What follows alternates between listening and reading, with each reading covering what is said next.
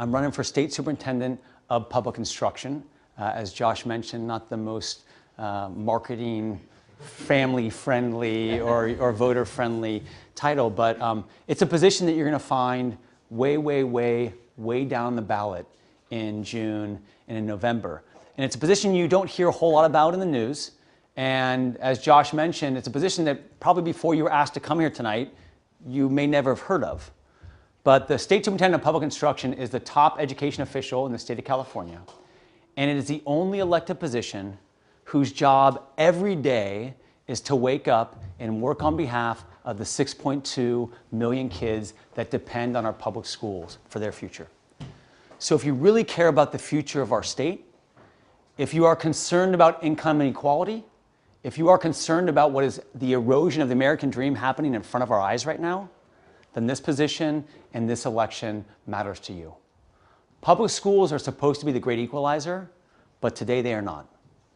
Tomorrow morning, 6.2 million kids will go to public schools in the state of California, and over half of those kids, over 3 million, can't read and write at grade level. So think about what that means for their future. We are the wealthiest state in the nation. We are the home of the Silicon Valley, technology capital of the world. And in science, our fourth graders rank 50th, dead last. We have found a way to create Apple and Google and Jet Propulsion Laboratory, but we actually can't teach our kids science. Fourth grade reading, we are 48th. And take a guess where we were 25 years ago. So we're 48th today. Guess where we were 25 years ago in fourth grade reading? Take a guess. Fourth? 47th? First? So 40, 50 years ago, we were fourth and first. 25 years ago, 49th. So we've been stuck at the bottom for decades. And somehow, we've all just become numb to mediocrity and failure in our public schools, irrespective of the consequences on our kids. And our elected officials have failed to lead on public education. Now, right now, there's a lot of anger focused towards Washington, D.C., and I think for very good reason. On education, they're proposing to decrease public school funding, they're proposing ideas like vouchers, and they're really doing a lot of things that are just hurting and bringing real fear to our most vulnerable students. And these are policies I disagree with and I'll fight against. But let's be clear. California public schools were not very good well before this administration. And the fact of the matter is, the biggest problem for our public schools, and I believe the greatest opportunity, is in Sacramento. Because at the state's capital, they control almost all of the money and most of the rules that govern our public schools. And our Sacramento politicians have literally taken us from 7th in per pupil funding 40 years ago to 41st.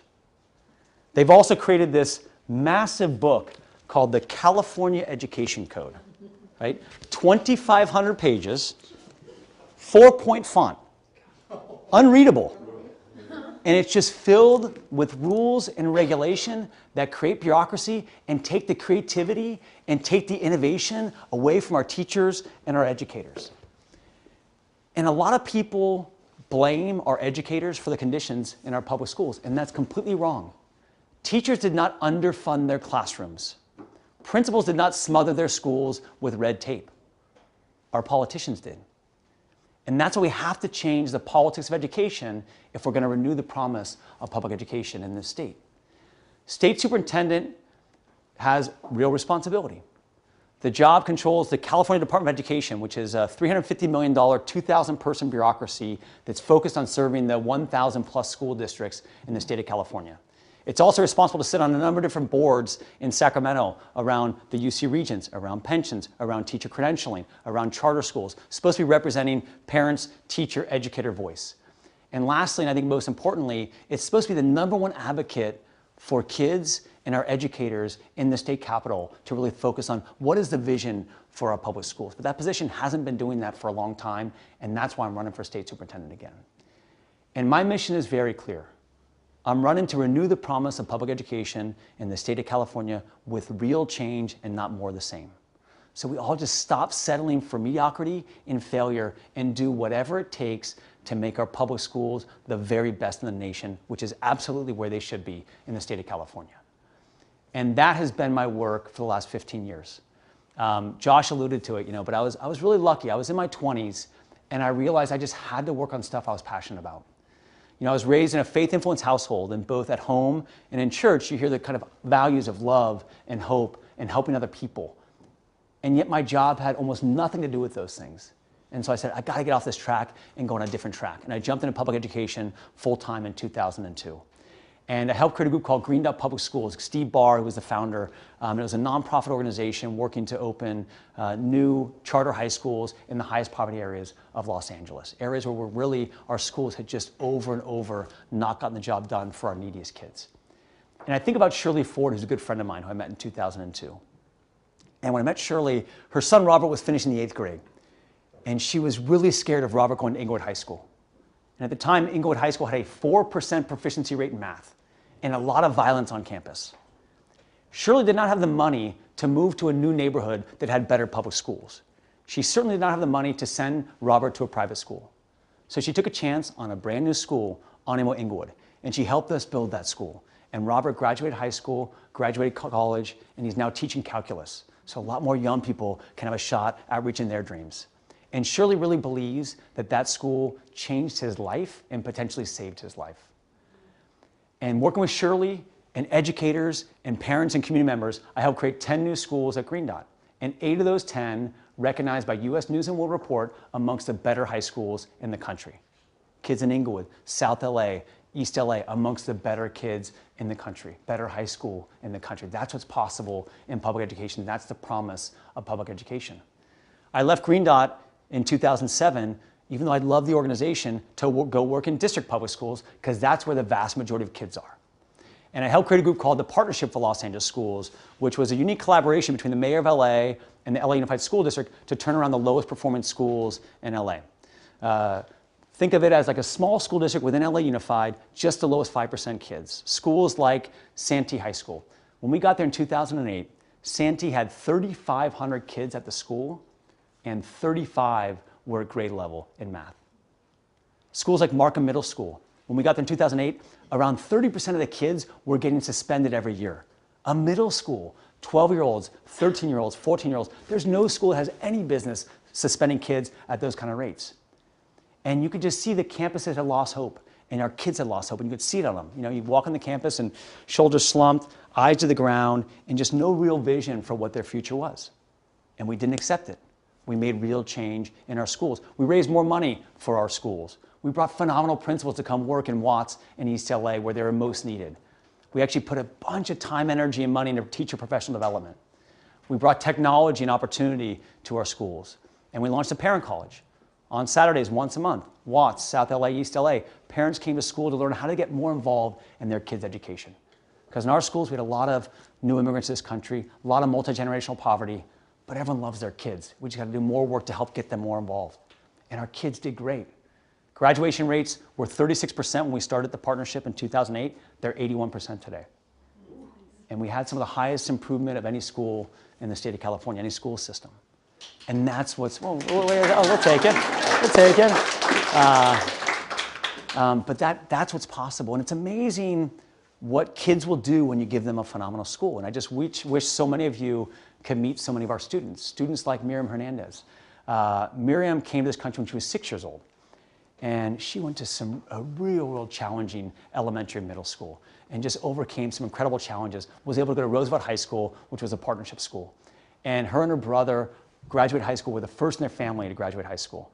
And then she went on to college, got elected at Long Beach State vice president of the school, helped launch the first food bank at the school, helped launch the first DACA resource center at the school, and graduated that school, and is just an absolute advocate for kids. And she graduated, and her first job out of college was with our campaign. And many of you may have met Miriam on the way in, and Miriam's right over here. She's on the side here. And I highly encourage you to talk to her. She's just an incredibly inspirational woman who's just done a lot and is going to do a lot more. And she joined our campaign because she does not want to be the exception, that one person you talk about at that fundraiser once a year. She knows she should be the rule. And I know we can educate every kid in the state because I've met so many young people like Miriam and like Robert. And I also know we can do it because this state has taken on other big issues, just not education. So think about it for a second. Not too long ago, the state of California said, we are going to lead the way on climate change. Didn't know the path to get there, didn't know how to pay for it, but we chose to focus on it. And if you look now, we are leading the way on emission standards, and we are leading the way on renewables. Think about healthcare. Not too long ago, Affordable Care Act passes. State of California says, we're going to lead the way on giving insurance to the uninsured. Covered California did not exist. The additional dollars to complement the federal investment did not exist. We found a way to get it done. And it's time for this state to say, we are going to prioritize our public schools and do what it takes to make them the very best in the nation, the very best. And to get there, I believe strongly, public education has to be the top priority for the state of California for the next 10 years. Top priority, next 10 years. So where do we start and how do we get there? You know, we think the state has to focus on 4 key areas over the next decade to really move our schools to where they should be. Heavy investment in our teachers and principals, move our schools to the 21st century, fully fund our schools, and truly educate all kids. So let's talk about each one of those areas really briefly. I always start with principals and teachers because there's just no more important factor in a school that can really impact a kid's achievement than a teacher and the principal that supports those. But we do not treat our teachers that way. So think about right now the value proposition for a teacher in the state of California. I'm not going to pay you very much. I'm not going to train you very well. When you get your job, I'm not going to support you very well. And I'm going to blame you for every problem in public schools. Like, who wants that job, right? And we wonder why I have this huge teacher shortage in the state of California. It just doesn't make sense. We need real change for our teachers and principals. To me, that starts with more compensation for educators. And I think right away, we have to actually go free college. If you commit to teach for 5 years or more, let's actually pay for college. And it's not just about money. We got to actually improve overall training. Our university training programs have real room for growth. And then when you get on the job, let's support our teachers on the job. So I spent 2 years working in a group called the New Teacher Center, where we, for every new teacher, we made sure we worked with school districts that they had a mentor for the first 2 years. And it worked for our teachers. It worked for our kids. It should happen in all schools. And then lastly, we have to modernize some of the work rules around tenure, seniority, dismissals, just to make sure we can make sure there's a quality teacher and a quality staff in every classroom. Secondly, we got to move our schools in the 21st century. And that starts with when does school begin? And we know age 5 and 6 is too late. And anybody who has kids in this room knows it because you sent your kid to pre-K. And if it's good enough for our kids, it's good enough for all kids. And so this state needs to stop talking about pre-K for all and move immediately to make sure pre-K for every kid in the state. It has to happen, period. And then let's really reimagine, like, how do we move our schools in the 21st century? In a 21st century school, kids are not sitting at a desk for 6 to 8 hours a day with someone talking to them the whole time. Right? They're actually working on projects in small groups, learning critical learning, getting outside the classroom into the actual real world. In a 21st century school, computer science is not an afterthought. It's a course offered to all kids regardless of community. Foreign language is taught in elementary school when we know kids actually learn languages rather than when we're 14, 15, and 16 years old. In a 21st century school, art and music are not just for wealthy kids, it's actually for all kids. And technology is all over our campus, helping us personalize learning, helping us extend learning time, helping really bring the curriculum to life. That's what's possible. That's a school that you want to actually go to. And that's what to reimagine what our schools look like. And to get there, I think it has to start, but we have to unlock the creativity of our educators. And so we got to take that book and all that bureaucracy and all those rules and clear it out and give educators and schools much more room to do their jobs. And then we have to invest heavily as a state in innovation. Third, we have to fund our schools. We cannot have the best public schools in the nation if we are 41st in funding. It's just not going to happen. The partnership schools, we would not have doubled our graduation rates unless we had more funds to help pay for teacher professional development and help pay for our parent college. And so I think our state has to say we're going to be top 20% in funding in the country no matter what and find a way to get there. But it's also not just about more money. We've got to use that money well. When we were at Green Dot, we had almost no money in the early days. And so every single dollar was prioritized on what mattered. Our teachers, our principals, our program. And that's what the state needs to do. Really respect taxpayer dollars. Far less money in bureaucracy, far more in the classroom, far more transparency, and far more accountability. And then lastly, we actually need a system that works for all kids. All kids. African Americans, special education students, English language learners, kids that just think and learn differently. Our public school system has not worked for those groups and others for a long time, if ever. And if we want public education to be the great equalizer, it actually has to work for everybody. So how do we get there? Governor Brown already started more funding for our highest poverty families and students, and also additional funding for subgroups that we're really leaving behind. We got to continue that and do more of that. We're going to support high quality charter schools that are run by nonprofits in high poverty neighborhoods to help give our parents additional public school options. Really kind of take health and human services and connect those to our schools much more effectively. And then if a school is consistently not serving kids, either a whole group of kids or subgroups of kids, the state has to intervene. Just cannot accept kids to lose years and frankly lose futures. Invest in our teachers and principals, move our schools to the 21st century, fully fund our schools, and truly serve all kids. It's a lot. That's why we talk about 10 years. But there's one more thing that we have to have, and that's you all.